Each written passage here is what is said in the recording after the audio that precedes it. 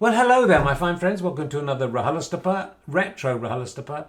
This week with Reece Shearsmith, who is with nailing it up on Taskmaster at the moment. Absolutely fantastic. And this is, I think, one of the best RHLSTPs there is out there. I had such fun with this one, and Reece was terrific. So please do listen or watch if you haven't done before. Tell a friend about it if you have listened before, or listen again, watch again. We're putting out the videos for free, 3 years on YouTube, no ads, just for out of the goodness of our hearts. If you want to become a badger, go fasterstripe.com/badges and get the videos and everything else straight away, or just to thank us for our generosity, that is fine. If not, don't worry. Or you can come and see us live at richardherring.com/RHLSTP. 3rd of November at the Leicester Square Theatre. We've got Richard Ayoade and an unnamed American guest. They have a name, but I'm not allowed to say what it is. We're also there on the 18th of November. Buy your tickets early. It's cheaper if you buy early, and I'm honestly aiming very high. They're going to be very good guests, I promise you. A couple more coming up in the new year. richardherring.com/RHLSTP for all the details. Anyway, let's sit back, relax, and enjoy outspoken, rude, and wonderful Reece Shearsmith.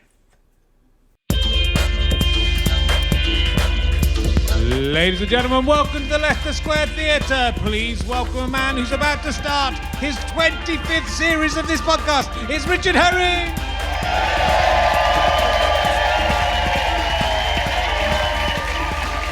Like me. Hello. Wow. Yeah, it's the first episode of series 25, which is going to be slightly confusing for the audience here today. I tell you, you're much better than the audience will have in 3 weeks' time. That's all I can say to you. Welcome to Richard Herring's Leicester Square Theatre podcast. But I was talking to Nicholas Witchell the other day, the royal correspondent. He's very good at his job. He told me that he imagined that in the privacy of their own homes, the royal family call it RHLSTP. So now that's gonna. I was hoping that Nicholas Witchell would be buried in the coffin with the Queen, like in ancient Egyptian style. And if he loves the royal family as much as he claims to, I really absolutely hate Nicholas Witchell. I don't know, that's I've never met a man. This is actually, we're recording this on the Monday before it goes out, so it's out in 2 days, so I can be ultra topical. The Queen has just died. I don't know if you saw the Queen just died last week. Queen Elizabeth II, she was a great woman. Everyone's been retweeting that picture of the Queen holding the hand of Paddington and heading to heaven. And most people seem to be taking it as Paddington leading the Queen to the afterlife, which is still strange.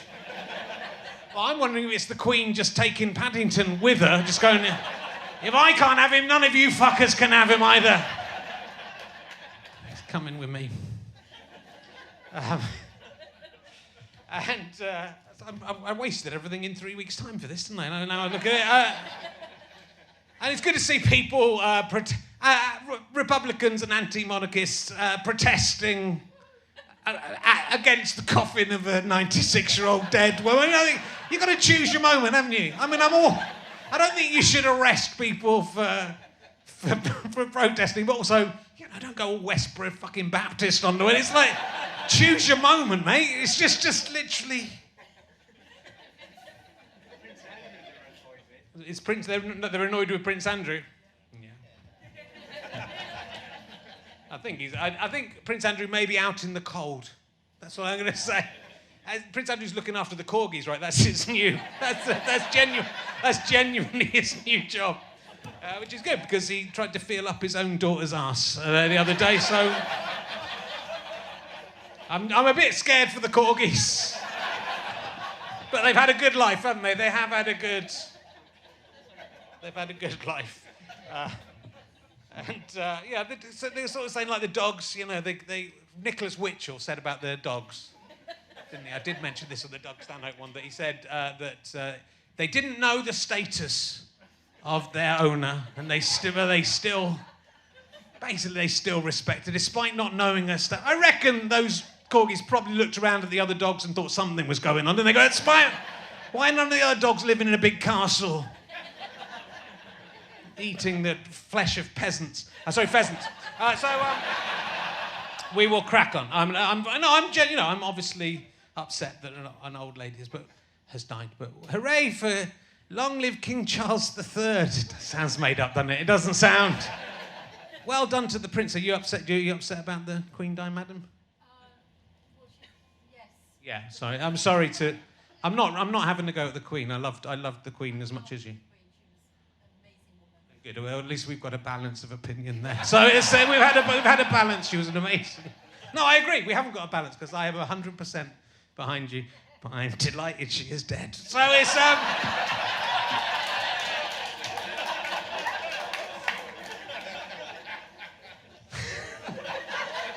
keep forgetting it's being live streamed, and I kind of because of her. The second episode of Relativity, and probably the third, won't go out on time. That is... This next week's the funeral. You all did very well not to book ahead for that one, so well done. Well done. So great foresight. Right, let's crack on. My guest this week is not going to mention the Queen at all, I can guarantee you that. He's probably best known for the additional Vogan voices in the disappointing Hitchhiker's Guide to the Galaxy movie. Or as I call it, hug-to-g. Will you please welcome the incredible Reece Shearsmith, ladies and gentlemen. Here he is.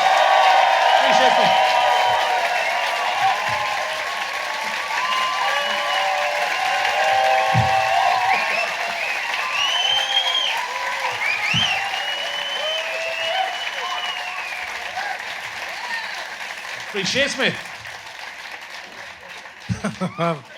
I'm tired out. Normally in bed. You're normally in bed by this. Well, so am I. At 10 o'clock, my watch will make a little sound, which means it's bedtime. Yeah. I've got one of them. Tells you to stand up, doesn't it? Yeah, it does. Tyranny. It's tapping you all the time. You're not fucking moving. Anyway. It's 10 years, pretty much, to the day. Almost. 10 years. Since you were last here with Steve. Nothing's happened. Got nothing to talk about. Nothing has happened. Nothing. You announced a little show that was going to come out called Inside Number 9. But then it never happened. It never came out. I am sick of it. I am. You all just think, oh, when's the next one coming? Just think about when you watch one. You think, yeah, it's great, blah, blah, blah. Or it's shit, whatever you mostly say.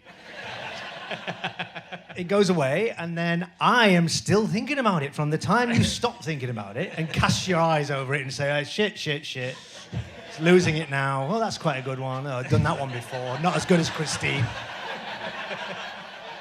Sheridan Smith one.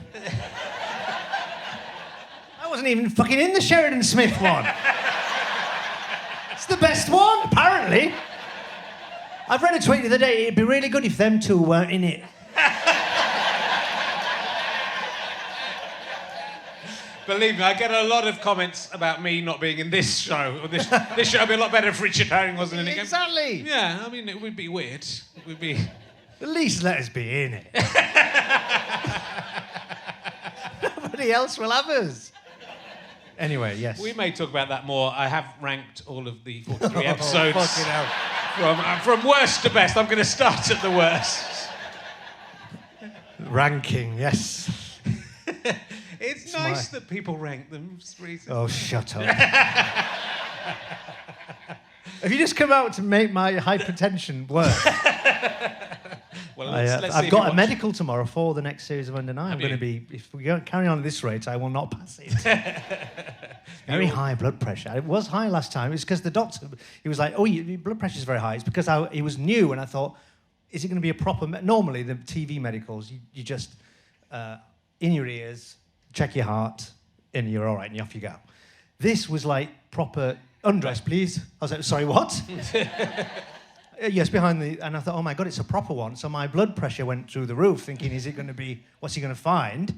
And he was like, your blood pressure's very high. I'm going to go out the room. Just relax. I'm going to go out the room. I won't tell you when I'm going to come back. As if that's going to fucking...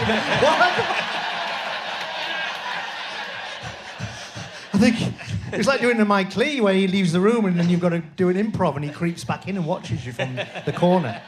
Anyway, sorry. I'm babbling. It's good. It is, you know, and then that could be a new number 9. So that's fine. That's going to be a new. Yes. Oh, good. Why don't you do a number 9 bus? All right, cunt. What happened?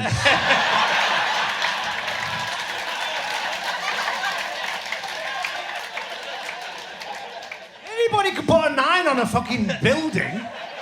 That's not the thing of it. Why don't you do one inside just a giant number 9, like a number 9 with a door on it, and then you're just inside? Yeah.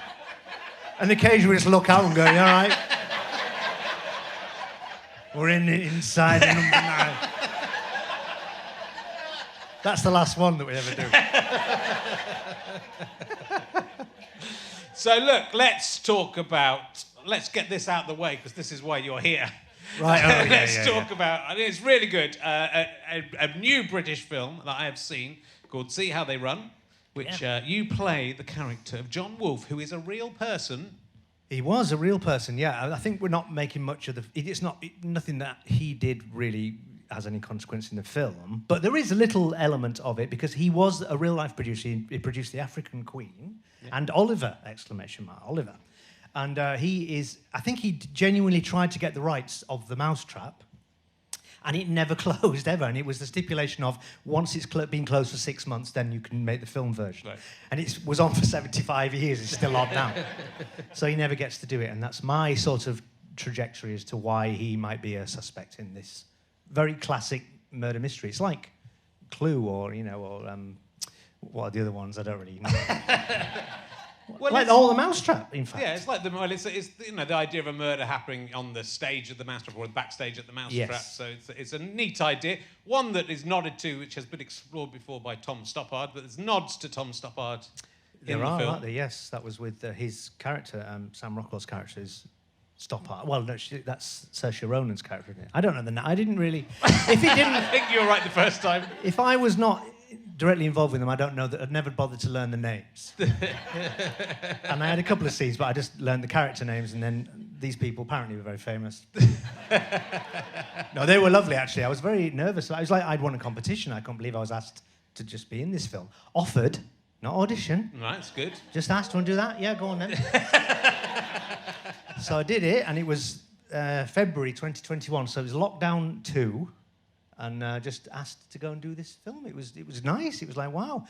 Felt like a ray of hope because we hadn't really done... I'd done Ben Wheatley's film the year before in proper COVID, lockdown 1. That was the main one, wasn't it? And that was scary because that felt like properly like what we're doing going out. But that was exciting. But yeah, this was a great... I think apparently it's number 1 at the box office this week. It's done very well. So I'm delighted for it. It's good. It's a fun film. It's very snappy and... Like you say, it almost feels like it could be longer, doesn't it? I think it could be longer. Breeze through it. I think it's, I was surprised when it was over, I have to say, and I was enjoying it, and that's, I thought... I mean, that never happens, does it? I would like a couple... No, it does. I usually watch films go, when can I go home? When can I go and have a wee? And I didn't need a wee, but I still... unlike when I went to see Death of Stalin, I went for a wee during Death of Stalin, and Armando Iannucci saw me going for a wee, and then brought it up on the podcast. Like, as if, I thought I needed a wee. You gave me some free beer before the show. Thought I needed a wee. I was sitting next to Right Said Fred. I was confused. It was like Stalin on one side, Right Said Fred on the other. God. But no, it's very enjoyable. I love... all the performances are great. I love the actress whose name is Ronan. Yes, her name is Saoirse.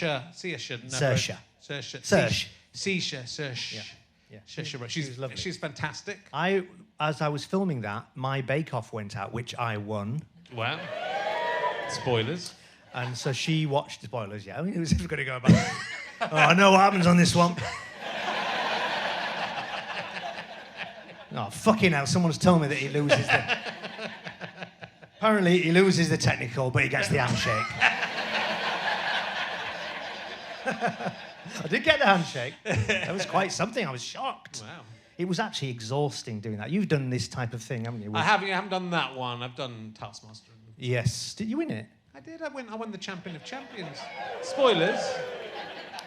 I found it exhausting because that was over 2 days, and it's just you're on all the time. I'm not used to being me, and this is really a painful thing to...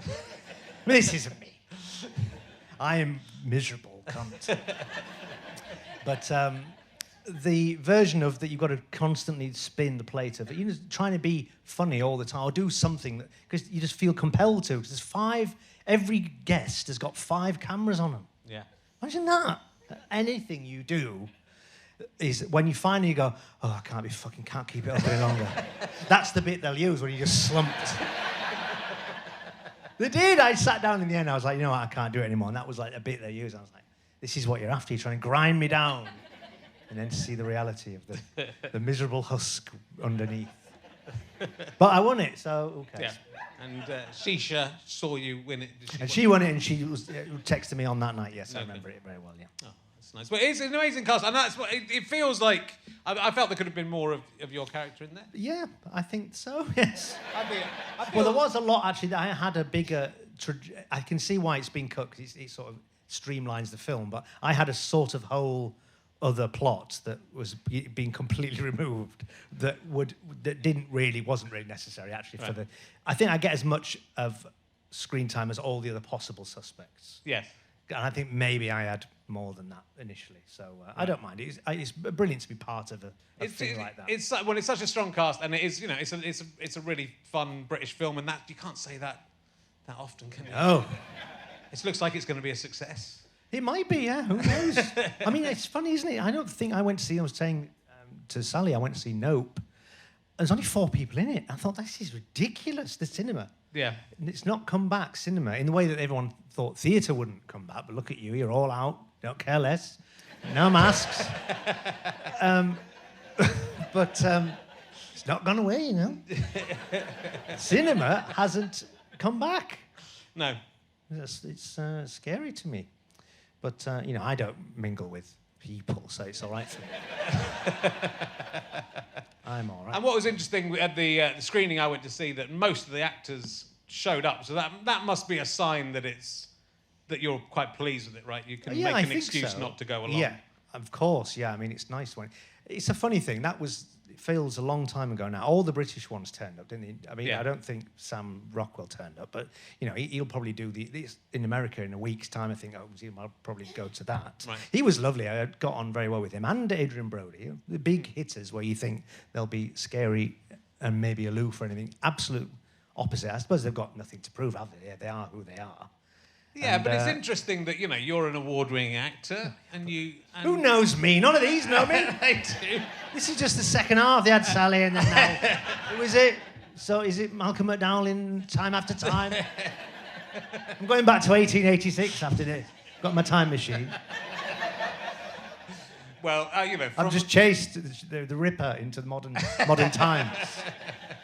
Found a bag of knives in the back. Do you feel... But you've always had this... a slight complex about success and about whether you're recognised enough and about whether people look down on sketch show actors. Yes. But you absolutely hold your own in that film, more than hold your own. Well, you're very kind. I do think that. I mean, I think I'm a bit like you, where I attribute any idea to I invented it. I think we're similar in that way. I see anything that has I think there's an episode. I've not watched it, so please no one mention it. You just did, but you didn't. I stopped you in your tracks. Only Murders in the Building, which I'm excited to see. But I read somewhere, they do a whole silence episode. And I thought, we fucking thought of that. We invented silent comedy. Yeah, copied off us. But when you've done 43 pilots, as I like to call them, a lifetime of ideas burnt away and leaving us with nothing else. I saw another tweet the other day. I think they should do something else now. Every week is fucking something else. What do you think is happening? Do something else. I am genuinely furious about it. If I could get these people. Do you ever respond to these people? Yes. Yeah. I always do. I can't help it. Because then you're not allowed to, because of course you have the power and you're sending your trolls and your minions. Fuck off. I'm the person in the world. I have every right. Anyway. And then I have them, for £3,000, quietly killed.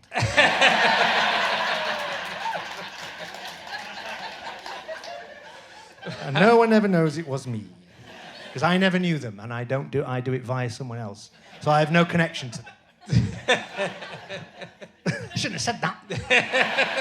That was the giveaway. This bit can be cut out. Well, cut that bit out, that's fun. None of these people will say. Well, let's talk a little bit about Inside Number 9. I mean, we could talk a lot about Inside Number 9, but I've picked out a few of my... If I was ranking them, these are some of the more... Well, I was interested to see that you... I wanted to talk about the Mr. King episode, but I was interested to see that you own a piece of the Wicker Man, the original Wicker Man. I do. In League of Gentlemen days, we toured, and we used to get quite strange items sent to the theatres that we would arrive at. One time, I got a piece of... Well, first of all, there was 3 dolls. It was all a bit witchy poo. It was like someone was trying to put a curse on us, but we had 3 dolls of ourselves made, me, Mark, and Steve. I think I was the salmon of knowledge. If you know your Wicker Man, you'll know what I'm talking about. And then a piece of the Wicker Man. It's just a tiny box with a bit of wood in it. It's probably just a fucking lolly stick. But I like to think... Anyway, I've got a conclusion to it. And it said left leg underneath. And it's a bit snapped off the final bit on the island of the Wicker Man's left leg. Right. And whether it is or whether it isn't, I then was invited by my friend, John Landis, film director. Friend. So maybe I am allowed to be in that film. It's not like I won a competition. I actually deserve a place. Anyway, so John invited me to lunch with Sir Christopher Lee. Wow. Couldn't believe it. So I went, and it was in a very posh restaurant, and John rang me up and said, I'm going to be 10 minutes late. Just go to Chris. I said, oh, what? I can't wander up to Christopher Lee. Yeah. You're having lunch with me. Me and John, I know him. Oh, right, I didn't realise. Where are we sitting? So anyway, I had to do that, and that was ludicrous. And then we sat with him, and he was waiting. John finally arrives, and John's very cheeky with him, because Christopher Lee, in his later years, famously, it was like he never done a horror film. I've never done a terror film. Oh, you have, Chris. You might not remember, but you were Dracula. Frankenstein. But John was very good, and he was able to eke out of him stories about being in these terror films, as he claimed. In the later years, he was like, I've only ever sang opera. That's what he seemed to be. Anyway, so I don't know why, it was pathetically sort of nerdy, but I took the piece of the Wicker Man. I finally got it out of bed. I thought, this is my moment. And I got it out of my pocket. And I said, Sir Lee, this is apparently... I told him the story of it, and he said, let me see. He took it. Do you have a pen? And I got a pen, and he wrote on the back of it, Dear Reese, this is genuine. Christopher Lee. And so, to me, that's now... It didn't matter whether it's genuine or not, because it's like Lord Summerisle himself signed it. So it does count. It's like, well, if you found one of these signed, it would be impressive, but there's a lot of Jesus' foreskins knocking around in the medieval times. Again, this was mine. Exactly, yeah. So I know. Well, it was an amazing memory to have. These are the more recent shows, but Mr. King really sticks in the mind. I mean, partly we get to see your lovely bottom.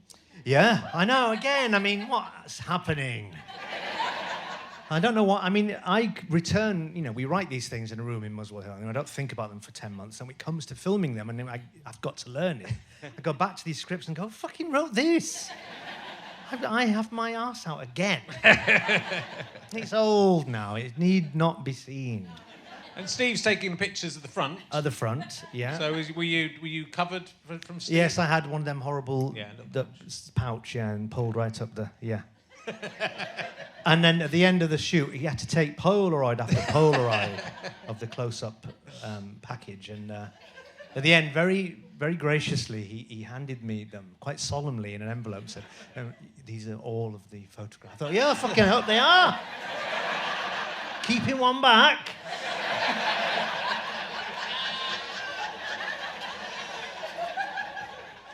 Anyway, yes, so I've still got them. That's a sort of an eBay type. Just eke them out one by one. It would be nice. It's surprising that it took you so long to do a Wicker Man. Yeah, it was. I mean, it's spoiler alert, but yes, it's a whole riff on the Wicker Man. You know, we knew that people. We imagined immediately that it's the reveal happens. So, tweets: Wicker Man, anyone? Of course, it fucking is. Wicker Man, anyone? I hate the people that like it. For your own sakes, don't like it. If I had my way, I would make them and put them in the safe and never show them to anybody. Just be satisfied that they exist and I did it and that's that. But yes. Yeah, so. it's pretty. I mean, it's a pretty horrific image. The end of that episode, everything that's going on. Yes, because you combine lots. There's kids being horrible, which is great. There's children being masks. They're gluing my lips together with super glue. It's nasty. There was an earlier draft when they did the eyelids as well. Oh. Which Adam Tandy, our producer, I think it's enough with the lips. Yeah. The old they could have done the. I was going to call it the Jap side, then I realised I'm not allowed to do that anymore. I'm not allowed to do that anymore. The herring's eye, I tried to rename it in my book, Talking Cock. You did. But it hasn't caught on. It'd be quite nice. Would you like that? The Reese's eye? The Shearsmith eye? Yeah. It's not just catchy. Herring's eye sounds... There's something fishy about it, isn't it? Looks like it does. Look like so. Anyway, yeah. That was a... I mean, what I love about... Even if there's one that you don't like... Sorry? Or you're not as keen on... Yeah. Fair enough. I mean, of course, I understand. I mean, it's the nature of it that there'd be some that are not your taste, but they're not rubbish. I don't think. I mean, obviously, I would say this. We toil over every script like it's good. You know, we don't write the dud ones. Where's the dud one for this week? 3 duds and it's hit and miss, isn't it? Yeah. Anyway, yes. And were you writing these series over lockdown? So you were writing these remotely, were these? Yes, we were. It was interesting. We'd never done that. I mean, we're literally always in the room together writing them. And lockdown happened, and we knew we had series 6, I think, to write. So we wrote it remotely. Yeah. Right. And Mr. Oh no, it was Simon Says. The one about fandom was the one that we wrote first. Where'd you get that crazy remotely. idea I from? don't know.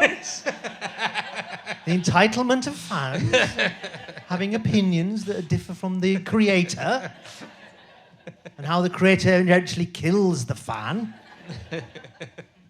Yes, no, I don't know where it came from. It was just occasionally passes through my mind. But I think that was about. It was a real thing, wasn't it? I never watched any of Game of Thrones. Apparently, that's a thing, Game of Thrones. Yeah. But it was. That wasn't it when fans were very cross with the ending and wanted to petition, like crowd fund a new ending. As if what world are you in? Of course that's not going to happen, you silly cunts. Mentally ill.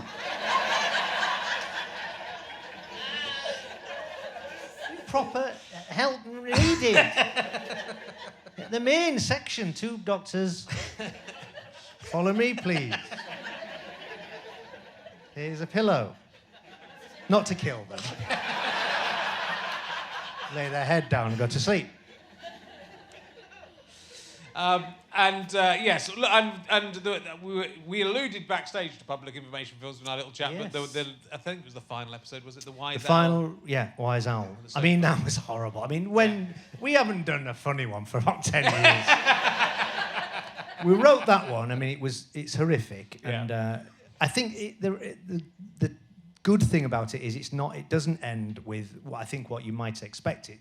An Inside Number 9 ending would have been that my character ends up stuffing the dad, not in any sort of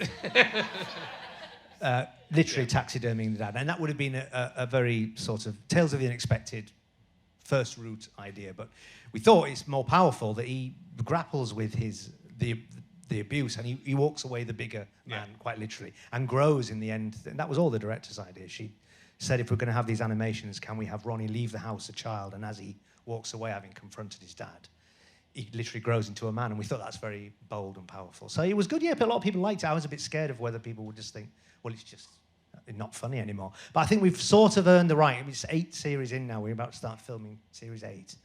That it doesn't always. I think if it's good, no one really minds what it is. I think, and a lot of the work is trying to inject some humour into it. Yeah. But mostly, all of it is about storytelling and plot and a narrative that hooks you in.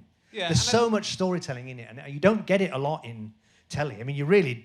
Again, I'm saying I'm better than most other writers, but I watch these dramas on BBC, and there's like 3 episodes, 3 1 hours before anything fucking happens. Setting them up. I mean, imagine the oceans of time that you've got to go here and there. We can never go outside.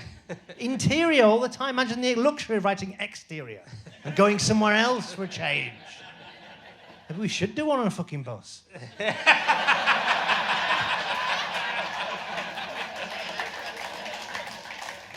I suppose both those episodes I mentioned have a very strong visual element, an artistic element to them. You've worked. It's interesting because that was the same director did both of those that you've picked out. Yeah, Louise. Yeah. But how much are you involved in that? Because I know you used to make props and be involved in making. Yes. Well, I've always drawn a lot of. I like art. I'm not as good as I used to be, but I do a lot of doodling and drawing, and so I've often drawn ideas for the looks of the characters. In fact, Wise Owl is a bit of trivia. People probably might know it, but it appeared originally. Incarnation of Wise Owl was in our League of Gentlemen scrapbook. Very early on, it was a picture of a man, a naked fat man with an owl head on, just peeping through a door and saying, Wise Owl comes to visit me in the night. And it was like Daffy Dad's. It was as funny as you lot are finding it now. And that was it. And that image has always stuck with us. So we thought that what could be more horrific than sort of like through the guy. But then we hit upon the idea of what a strange, tumultuous thing to have to unravel. That the voice of this public information film of doing everything right is also an abuser of. Yeah, I mean a boy. It couldn't happen in real life. That's the fortunate. Was there any public information films that weren't done by celebrities who then got caught out? The ones the Rolf Harris is the one, and I still quote it all the time. It's always the toe. Somehow managed to scramble my way to the bank. Couldn't swim. Frightened the wits out of my mum and dad. I can still remember it. It was like something. The toes was horrible anyway, but then it was like because they did a little wiggle. It was like something's. He's going to do something with the toes. Get him. Underwater. Get him. They'll get him at the end. Get him. Oh, that's right. And they all get him, don't they? Do. Yeah, it's horrific. Yeah. So it's. Oh, mate, stop me going and ever learning how to swim. I can't swim. I went recently. My bag is from Heligan. I went to Cornwall. Yeah. And recently there, and it was like in the 80s when they had Masquerade, where you got to find the hair. I do. It was a game of find a beach not covered in shit. It was awful, and I was in the sea. Imagine this image. Never mind my bum in that Wise Owl. In a surfing. Yeah. You bet you'd never believe that in a million years, would you? That's when I look like a time traveller now. But I was in a wetsuit surfing, and it was like Jaws. Shit. A rolling Todd, we call them Todds in Hull, rolling onto the beach, disintegrating with blood in it.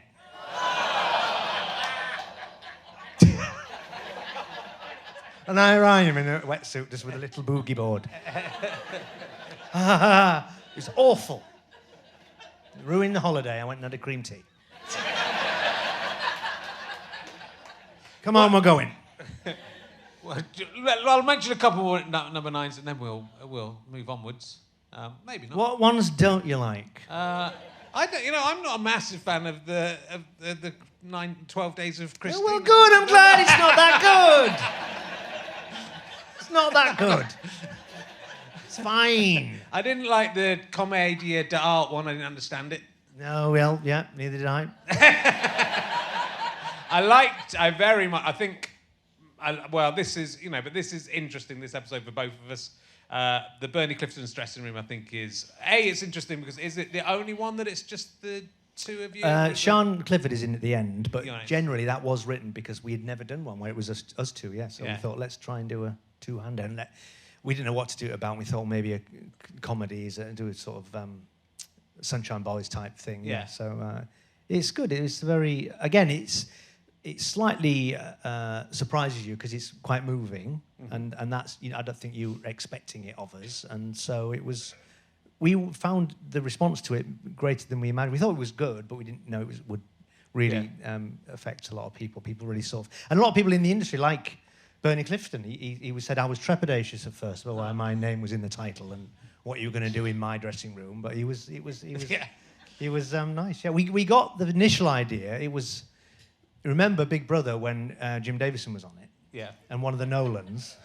And he devilishly was asking, he said, it was Frank Carson's dressing room, wasn't it? And he kept saying to, devilishly, because he knew something had gone on, to, I don't know which Nolan, ask him about Frank Carson's dressing room.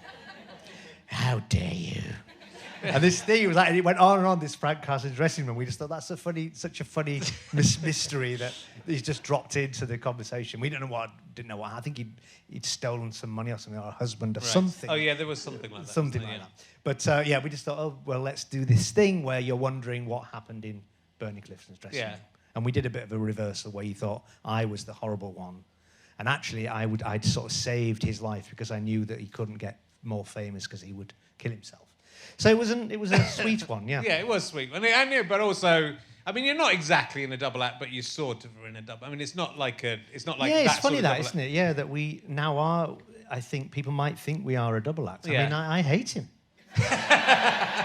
That's nothing to do with him. That's part of the deal with a double act. Yeah, I guess I don't so, trust any of these double acts where people like each other.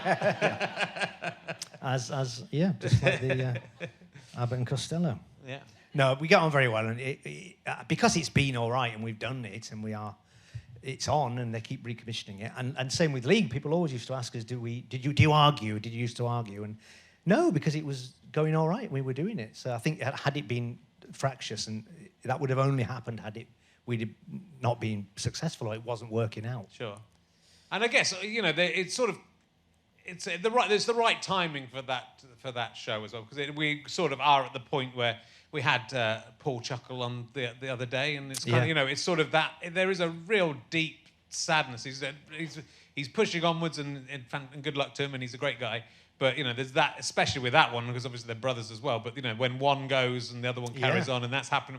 There's basically all of them. One of them's died. Of course, yeah. I remember one horrific BFI we were at one time. Someone put their hand up, just toddling away, quite jolly like this, and then someone said, and I went, yes, girl with the glasses. Which one of you is going to die first?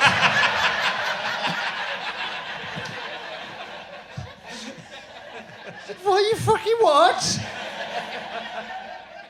And there's an example of people not realising that you're real.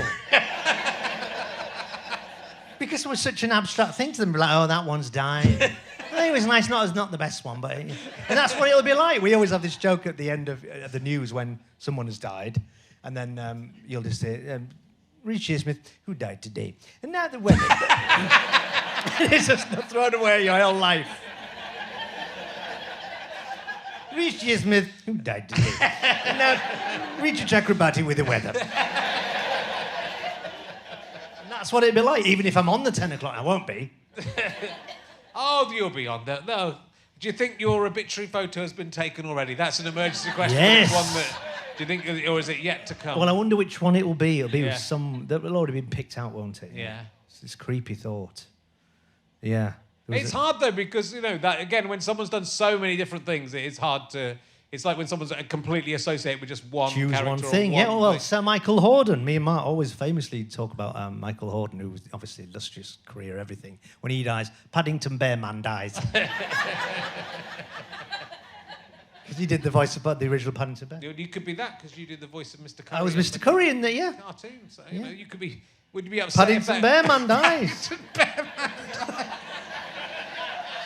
Right, his voice of the curmudgeon Mr. Curry, who died today. I might be the Paddington Bear man because I'm just going around the Buckingham Palace just nicking all the Paddington Bears. So Paddington Bear man dies. Going through he wasn't a good guy. Taking all the sandwiches. Yeah. Very nice. Well, look, you've done one, at least one exterior one, which I also loved, which was the Merrily Merrily. Yeah, that was sort of. We didn't write it for Mark, but he begged us to be in it. So. Didn't get asked to be put in Sherlock, though, did we?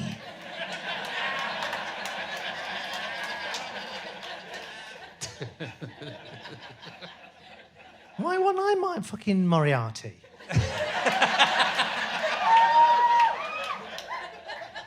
Anyway, that's just occurred to me now that.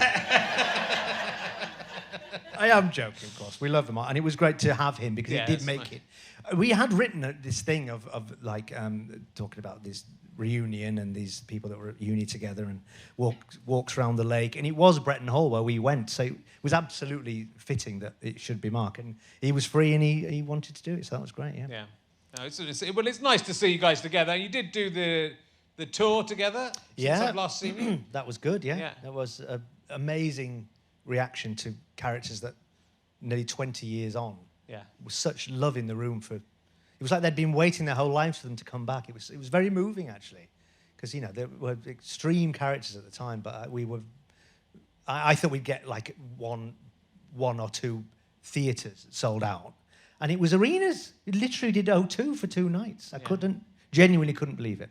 It was like it's never gone away for some people. People really like that world and those characters, and I think they invest a lot in them because we wanted to treat them as characters and things and their stories, and they sort of became bigger than their sketches. They became like real people to the fans. Well, I think it was such an extraordinary series, and I think like so many. I was talking to Sally about this in 3 weeks' time. That there were so many people. There were so many attempts to do sketch shows throughout the 90s, and we attempted them, and and they were all. It felt like a few things. I think Spaced and which you were also involved with, and League of Gentlemen sort of did bring a whole new. You managed to be the ones to reinvent the sketch show. I think into something. Yeah, I mean, I guess it didn't feel like it was a big revelation or anything, but it was the fact that we housed them in a supposed one place. You know? And Royston Vasey and that idea of that horrible town became bigger than the sum of its parts, really, because it was just sketches, but not just blackout next one. It felt like there was, and my character of Benjamin took you through the world, and you sort of began to feel like this place is. Imagine stumbling into this place with all these weird characters. But it was a sort of in embryo on the radio, where Royston Vasey was spent, which is sort of the idea of it being a shithole northern town.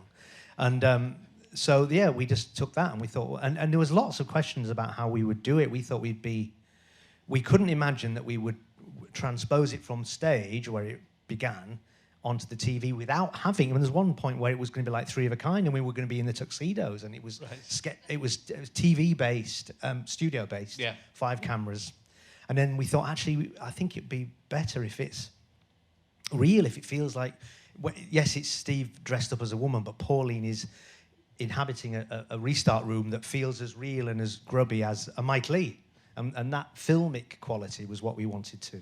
Sort of have you feel and give it the time to breathe. It wasn't always about gag, gag, gag. It felt like we wanted the air in it. There's a very interesting on Holy Grail DVD. You don't get DVDs anymore, but if you know, some of you might remember them. And the commentary on it, it's got Cleese on one, and I think it's got Gilliam on another. At different times, they've done different commentaries. Right. And Gilliam's talking about the brilliant shots he did of the castles and everything as the boats arriving on these big vistas. And then Cleese, on the same bit when he's doing his commentary, look at that, not a laugh in it. And I thought there, in a nutshell, is their eyes, and how what matters to them.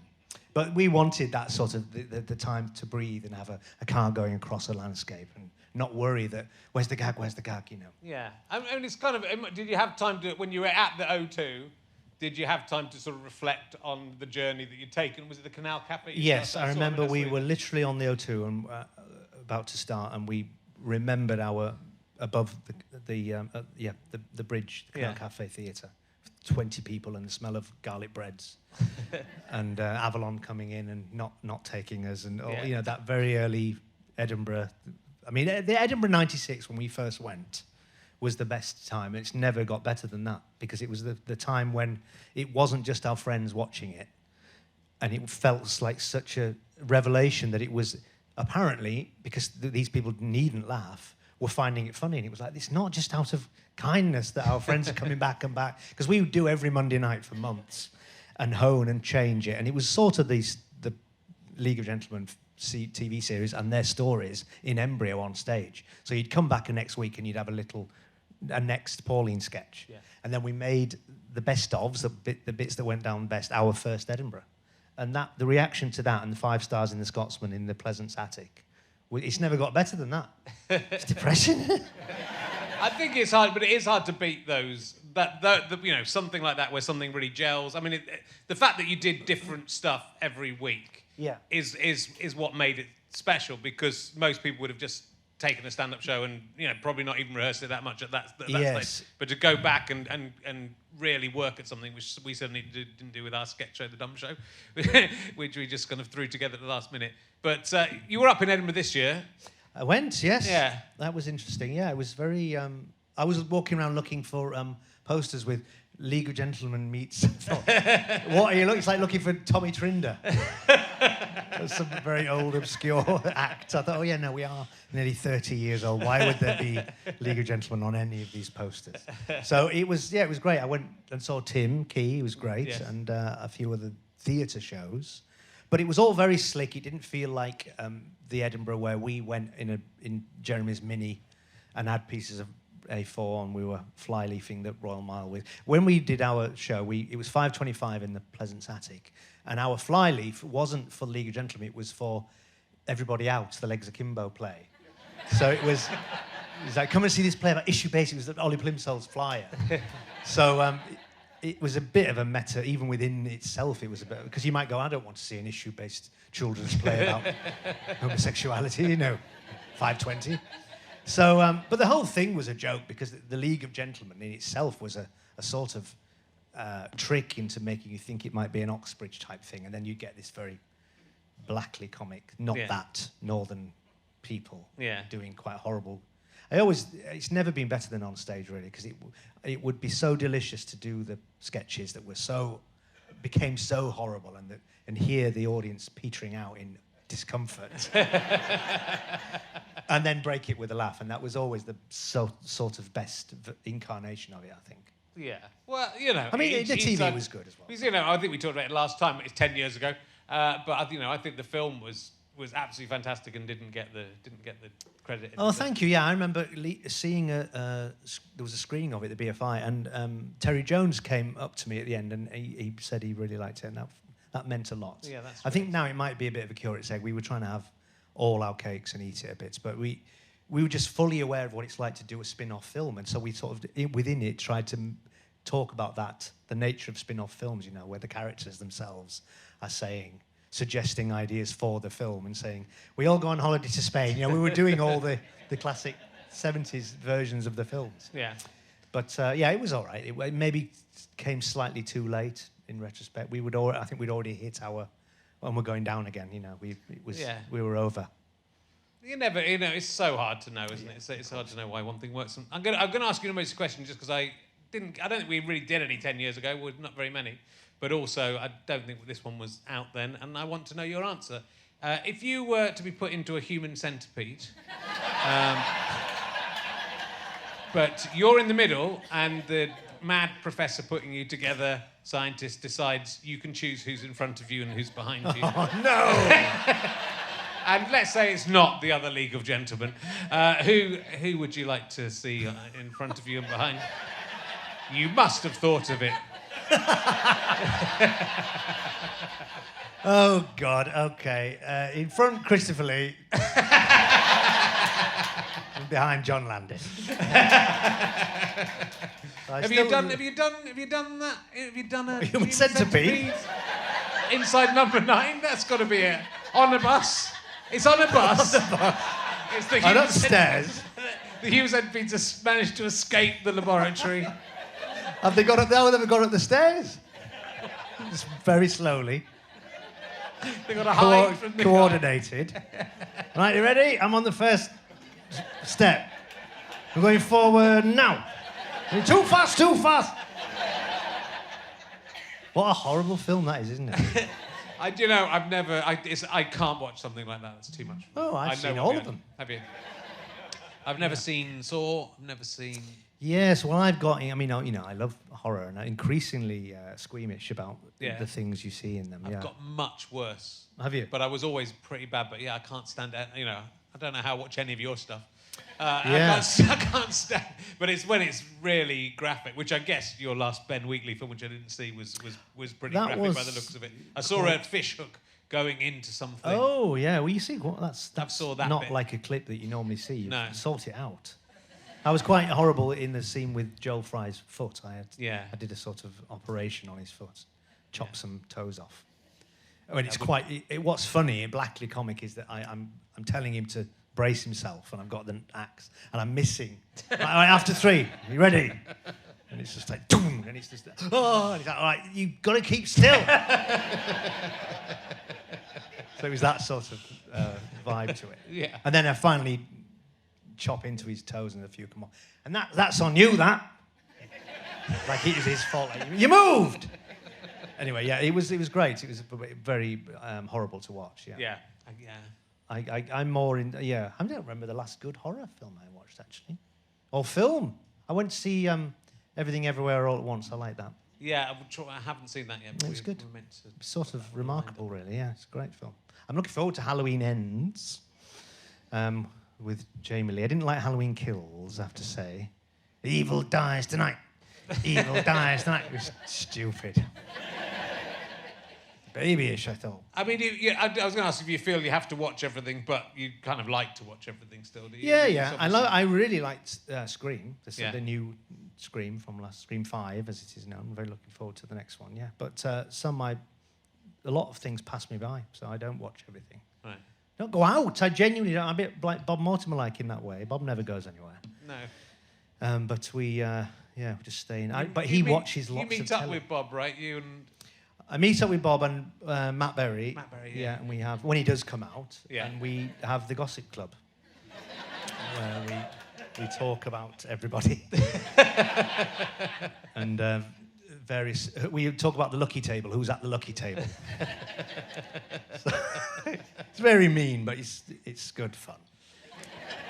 And then do you look in the mirror and realise it's you 3? Yeah. I mean, not really lucky. Because, we've never talked about you in any capacities. That's good. Come on. That's how I like it. That's how I like it. See if I can Exactly, get yeah. Not on the radar. No one, not in the forefront of anyone's mind. It's toddling along. I'm happy. Yeah. You're doing a show, I noticed on IMDb, called On the Trail of Stan and Ollie. Got some... Oh, that's been and gone. Okay. That was I did a talking head about it when it was about Lauren and Hardy. Okay. Yeah, you know they're dead because... What? You're not going to find them, is all I'm going to say. On the trail of. I see, yes. I just did Stephen Moffat's new play in Chichester. Yes. Good in the summer. That was fun. With, thank you. Why are you clapping? Have you seen it? Do you watch it? You've seen it? Saw it? Yes. You have to say it's good or he'll get upset. Was it good? Why would you think anything you might say might upset me or am I a slightly angry person? What have I done to betray that? Anyway, yes. So that was great fun to do that. So Yeah. Is that going to go on? Wondering if it will. Yeah, not heard yet, but fingers crossed. Because that would be great to do again. I would like to do that again. Yeah. It was good fun. It was a very funny play. You're in a Lucy Prebble play as well, she's absolutely fantastic. Yeah, she writes she's for, great. Succession, amongst other things, but it's a fantastic playwright. Did you play Putin? Yeah. Yeah, I felt terrifying doing that. I mean, good God, the stories I could tell you about that. Shall I tell you? Yeah. It's a basic idea. It's not. I don't know if you got the idea of this. It's very helpful. No, but some things, with as many stories, this might not be of interest, but it is. We'll just cut them out. Yeah, of course. You're not going anywhere. So doing this Lucy Prebble play is about it was very serious now to try and make you all stop laughing. The poisoning of Alexander Litvinenko, and I was asked to play the president, not daring even to call it. Yeah. And we had meetings with MI5 about the seriousness of doing this play, and you will all be being bugged now. So if you're going to talk to each other, make sure you use encrypted. Don't use WhatsApp. I was like, sorry, what? Oh yeah, he'll know, he'll know about this. And I was like, I'm just an actor, dear. What are you talking about? Now a red flag's gone up somewhere in Russia. I'm going to get got by. And I genuinely was frightened for the duration. There was strict sort of security around the old Vic. It was terrifying. Right. But so we did this play, and it was all very, very frightening to do that. I did genuinely just think, for a few weeks afterwards, felt like I was a marked man. Yeah. But it was a very happy time, a very good company, Yeah. and very good play. The thing with Putin is he bides his time, doesn't he? Yeah. He doesn't. I just got over it. But you're right, he waits fucking years, doesn't he? There's quite a lot of world leaders at the moment who, it would have been better if they'd been comedians, right? They've got the same personality as comedians, but they've become horrible fascist dictators. Absolutely, yes. They've got the same self-confidence, that they don't like any criticism. I'm not thinking of you, Reese. You know who I'm thinking You're not. of. I don't need to say who I'm thinking of.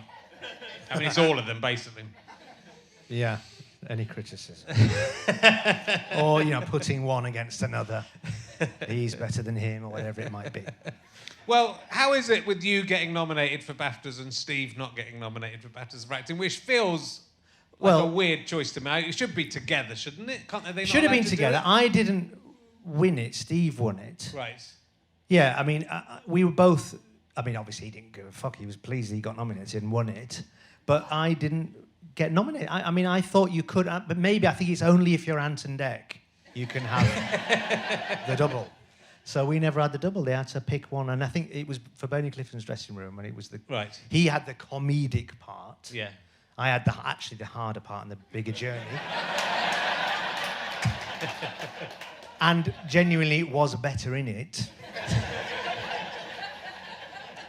But some people on a panel that day decided, naming no names, Omid Jalili on the panel. He was in Edinburgh in a queue. I nearly tapped him on the shoulder. Hey! Now then, I know you're going to go and see Tiger Lilies in a minute. You remember when you went on that BAFTA panel? Why did you pick Steve? I'd love to know. I'd love to know that. Yeah. I've been on those panels. I know what it's like, but I don't see how you could have thought, that's the funny one. And I'm not looking that side of the film. I'm just going to watch him. He's brilliant. Anyway, I'm not dwelling on it. No, it's fine. Well, you're both fantastic. As you know, you're both fantastic. So Yeah, me slightly better. Steve slightly edges it for me.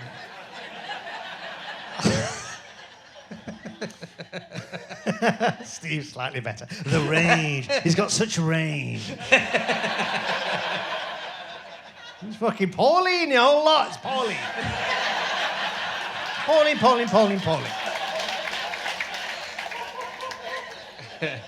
He won't mind. He'll laugh. How did you get on Celebrity Catchphrase?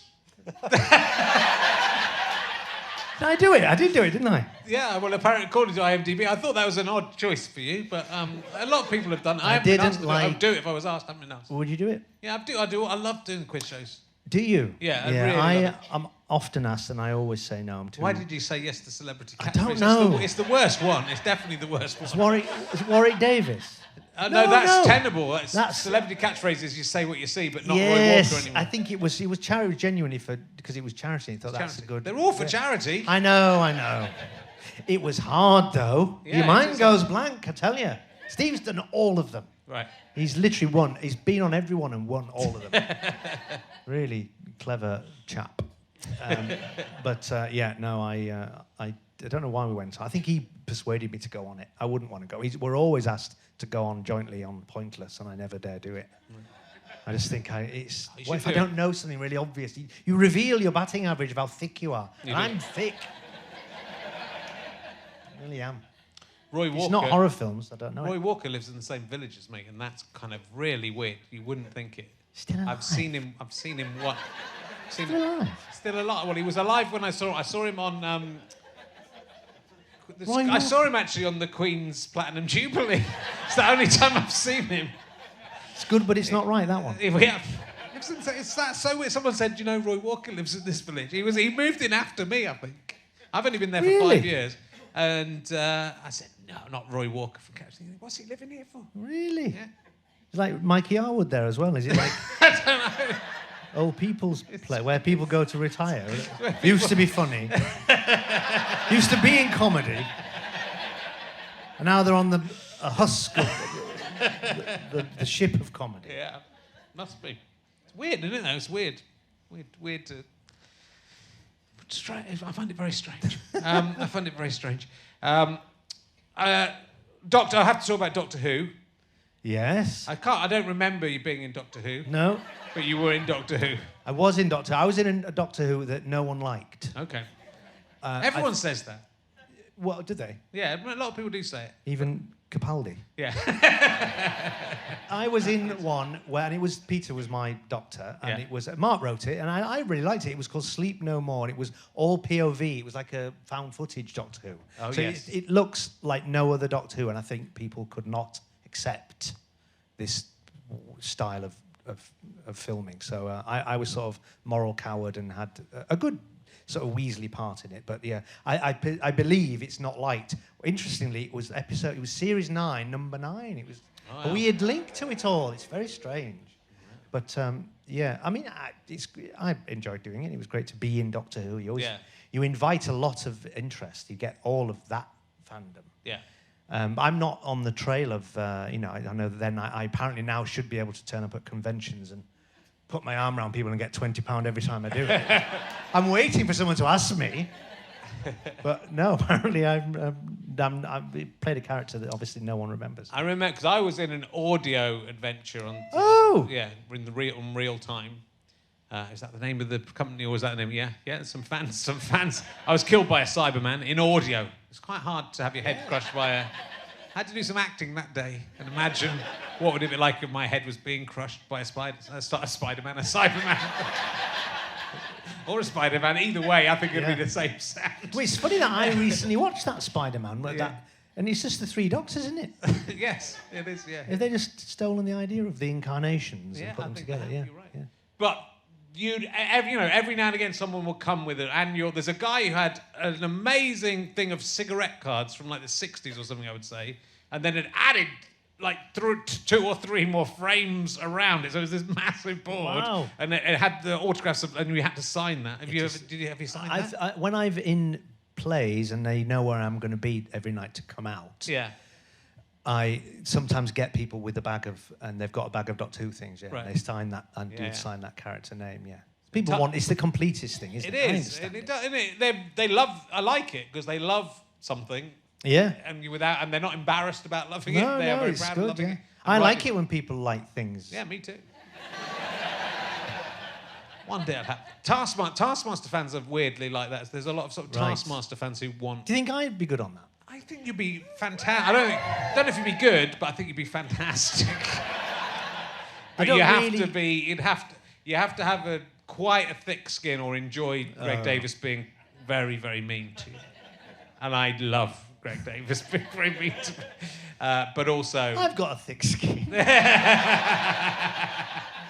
I think you would be, if you could throw yourself into it, you'd be amazing. I think you should, if you get the chance. But I mean, it's a commitment. Of course, is it? How long does it take to do it? Oh, and it's not that long, really. No, it's not a commitment compared to doing a film. It's like probably 3 days of filming, and then 5 days of filming. You know, so I've been asked to do Strictly before. Have you? Yeah, and I would never do that. Imagine being told off by them cunts. Couldn't stand it. Sweating at the end of an endurance. Oh, thank you. No. Wow. But you can move. You're a mover. I know. I could do it. Yeah. Yeah. I could do it. You could do it. You could win it. I could do it. I could win it. Yeah. I mean, I'm not be like the comedy one. Actually win it. But no, I'm not going to do it. That'll show them. Oh, my goodness. Oh, well, we can't keep it too much longer. It's been lovely to have you here again. And let's wait another 10 years before we have you back. We'll be here in 10 years. Which you think both of us will make it in 10 years? Which of us will die first? That's what we need the question. I think it's me. No. Which one of you is going to die first? I think I tried to find her on Twitter. You've done some talks about Inside Number 9, right? You've done some question and answer sessions. Have you? There's been talk of you bringing it onto stage, but you haven't. There is talk of that. We want to do that. Yeah. Somehow, yeah. It's suited to it because they're all little theatrical plays, really. So yeah. What it would be, we want to make it so it's not just transposing the 3 of the TVs to, reason to make it live. Yeah. And clever and with a twist. Oh, fucking hell.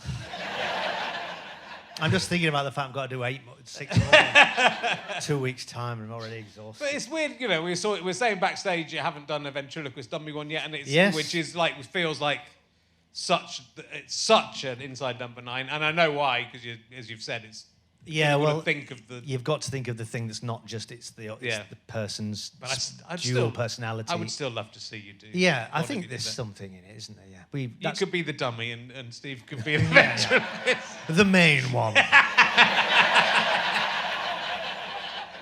The one with range.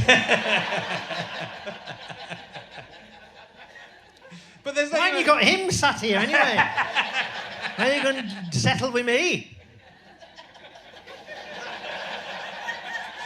We tried. He wasn't. He was too. He's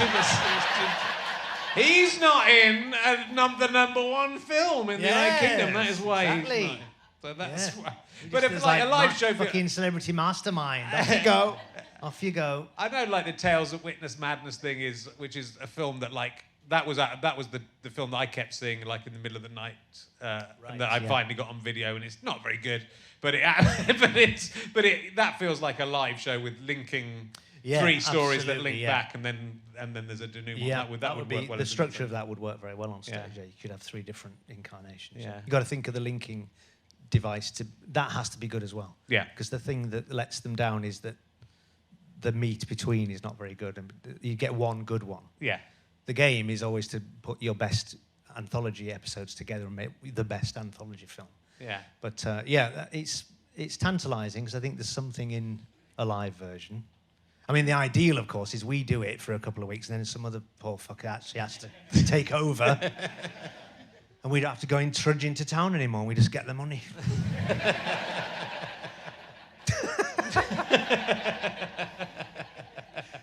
I don't mean that at all. Do you want me to? We brought something on. But the thing is, I've realised I can't do it. I need to speak during it. I can't do it. I can hold your microphone for you. It's all right. Right. I won't speak. Well. Oh, right, like that. Don't bang your face. I know, I will. He's getting, for audio listeners, probably this isn't going to be very good if you're listening on audio. He's going to do some magic by the looks of it, so... Right, this is... Where is it? Victorian wrapping hand. Wrapping, not like Drake. I looked up Drake. I don't know fucking Drake. The only Drake I know is Charlie Drake. So, and I thought we'd ask the late Bill Hicks, who's funnier, Ricky Gervais or Stuart Lee?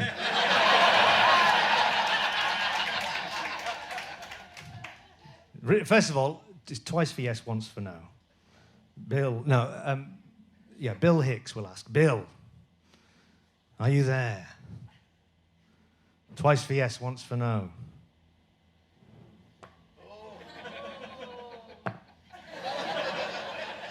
Okay, he's there. That was easy, wasn't it?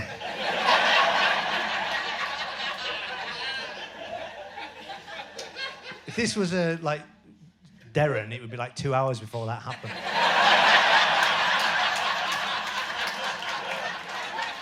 I just do it straight away. In fact, Darren, it wouldn't happen at all. You go, well, it nearly worked, but it didn't. I'm not going to ask. I'm not going to ask that question. What should we ask? What should we ask? Who should we ask? Who should we summon? I mean, Bill Hicks is here. You got anything to ask him?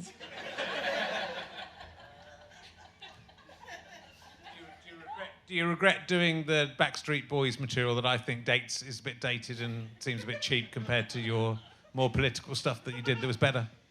Did you hear that, Bill? What do you say?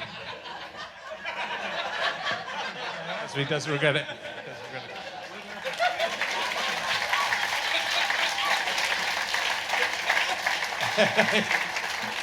There's more. This is a good one. You like this one?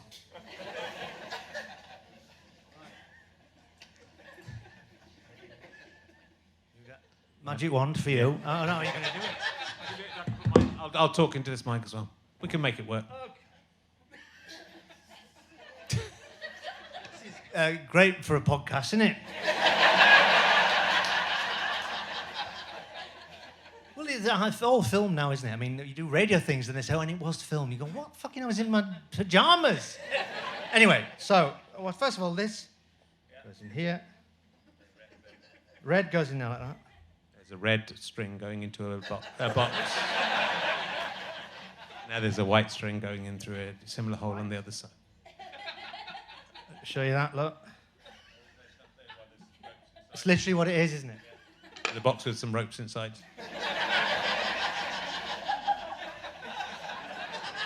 If you could get your wand.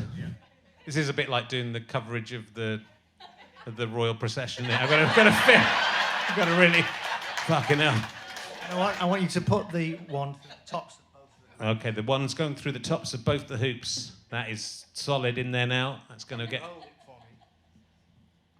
What do I need to hold? Just either side of the wand. Yeah, okay. Oh, okay. Okay. Put it into lockdown. Okay. Now, two separate ropes, ends there and there. Please remove the wand. And now push the little ends of the ropes into the box. And Don't break it. I'm doing the things I was told. Right, now hold the red ends. And now don't pull them yet. Pull it tight. What? Oh, that is that. I wish you could see that at home. There you go. Yeah. You get everything. Get everything tonight. Oh, that's good. Is that worth bringing that in a bag? I think so. Is that worth going to Cornwall to buy? Did you go to Cornwall to buy those? The whole trip was about buying the bag to put those in to come to see you. It was worth it, and it's very nice. And it reminds me, one of my favourite moments of doing this whole thing was having to arm wrestle Simon Munnery on this stage, which again was quite a visual thing, and an unexpected treat. But I enjoyed that one, so that's that's down there. Oh well, there's so much more I could talk to you about. We haven't even had to do. Well, no, we did. We did the centipede. Didn't we? That was a kind of emergency. I can. If you. This is a new one, so it doesn't matter because they're all new to you. Yeah. If you could be like a caterpillar and go into a chrysalis and dissolve, and you could come out of the chrysalis as anything you like. What would you emerge? If this was just your larvae stage was Reece Shearsmith, and then you can go into a pupa and come out as anything you want, what would you like to emerge? Stretch Armstrong. I mean, there must be something. You know, I think psychiatrists should do this because that must mean something. For that to it was just very quickly. appealing, wasn't it, to pull the arms and tighten them? Yeah. The other thing I liked was the Steve Austin with his bionic arm, where you could roll back. And look through his eye. You look through his eye and you could roll the skin on his arm back and reveal machinery inside. I don't know what it was about rolling back that, peeling back.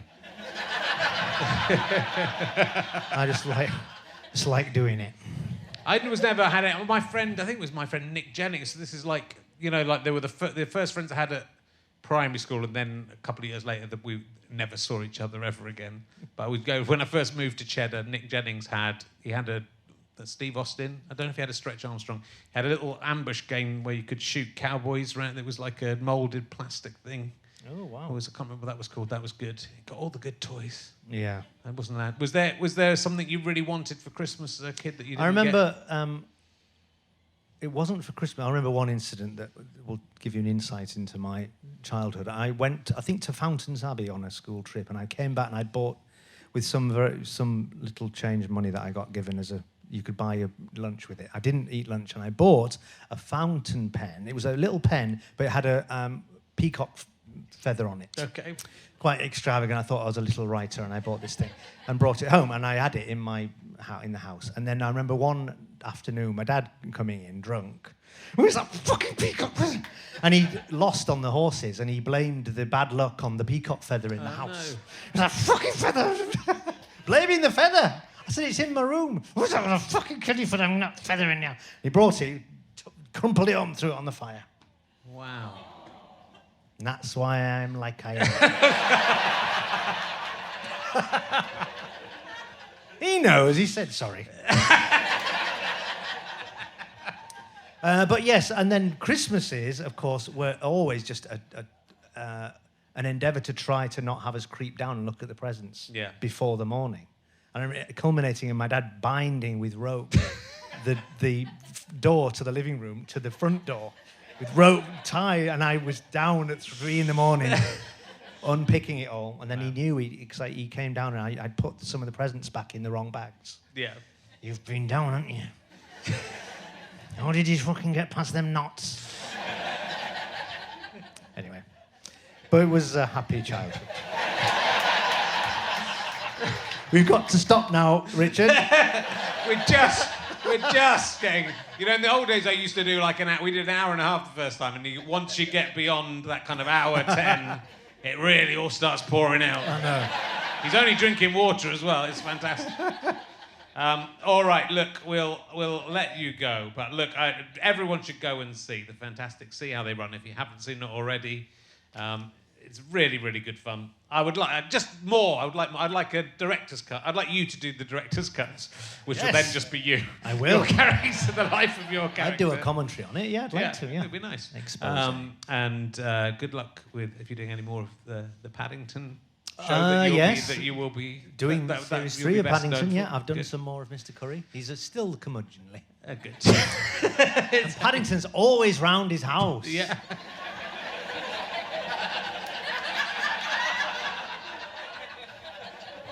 Always turning up for this or that. Yeah. Maybe he'll be, maybe people will see the good side of him through this series. Maybe when King Charles III dies, they'll be leaving little dolls of Mr. Curry. I think, I'm very excited because they are making a Mr. Curry figurine, I believe. Oh, the cartoon character. Yeah, it doesn't have your face, though. No. That would be strange. That would be nice. Well, I hope you get to do the live number 9, and we're very much looking forward to series. A couple 8. more series. You think? Yeah, I think we'll get to 9, and then we'll stop. We've got to stop at some point. You mustn't stop. Not until you've done a good one.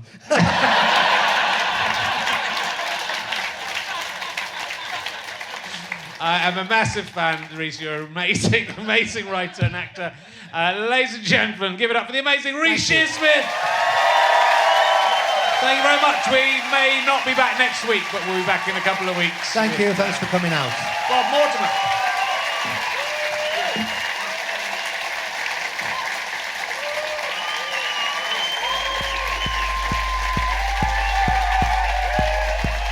You have been listening to RHLSTP with me, Richard Herring, and my guest, Reece Shearsmith. Thank you to Scant Regard, who provide the music for these titles, but nothing else. I'm indebted to my producer, Ben Walker. Thank you very much to Chris Evans, not that one, and all of the team at Sky Potato and Go Faster Stripe, who keep this going. There's thousands of them. Most of them have sprung out of Chris Evans' testicles. This is a Sky Potato Fuzz and GoFasterStripe.com production. Why not join Acast Plus or go to gofasterstripe.com/badges and become a monthly badger. Thank you very much. Goodbye.